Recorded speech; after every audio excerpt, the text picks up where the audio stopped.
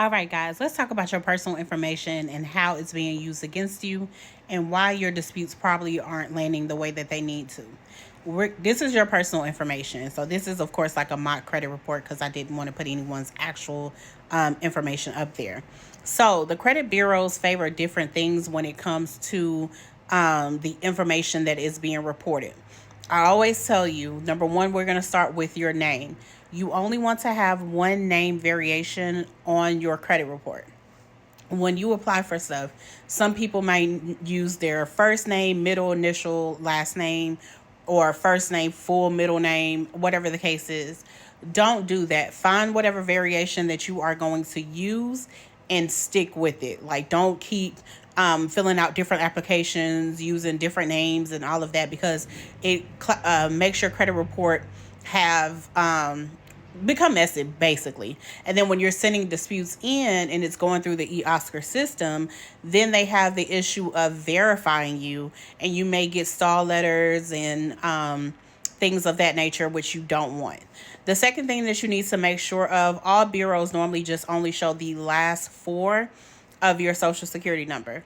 So what you want to make sure is that the last four that is showing is actually your valid social security number. If you see anything outside of what is yours, you need to definitely dispute. Reach out to them immediately because you may either have a merge file or someone has stolen your information and an account that's not yours is reporting on your credit file. The next thing you want to check is your date of birth. Your date of birth, of course, needs to be accurate.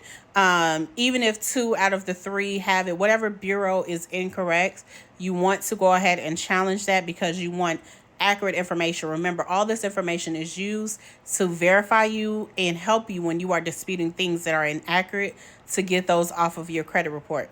The next thing is your current address.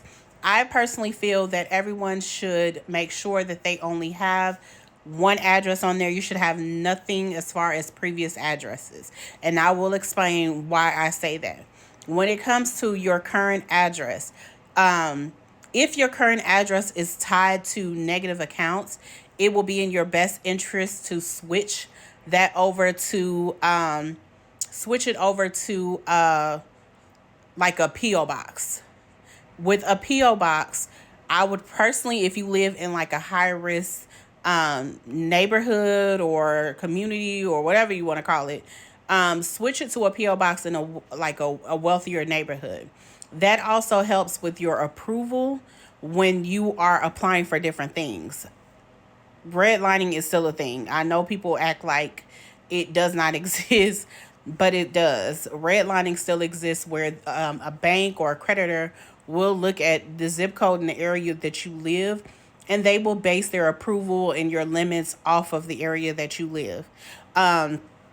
Formal addresses, I also say to remove those as well, because let's just say if somebody wanted to serve you or send some kind of validation to your address, if they look on your credit report, they can pick any address that is on there. And if you guys, let's just say you get subpoena for court for, I'll just say like Midland Credit or something, right?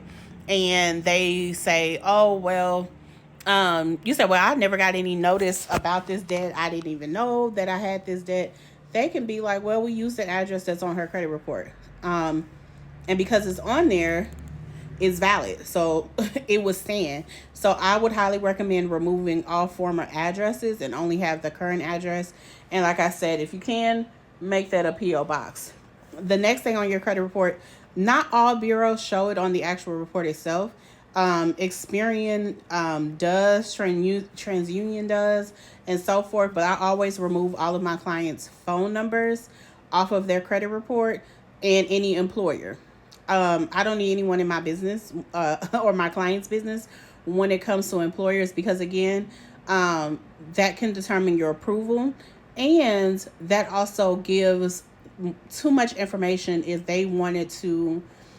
Let's just say if you had a debt collector and they were trying to reach you and they pulled up your credit report, seeing that you work at T-Mobile. Now they're calling T-Mobile trying to get information, and your boss is like, hey, you have a personal call or whatever. Like, you don't want that. So I personally recommend that you do remove all employers off of your credit report.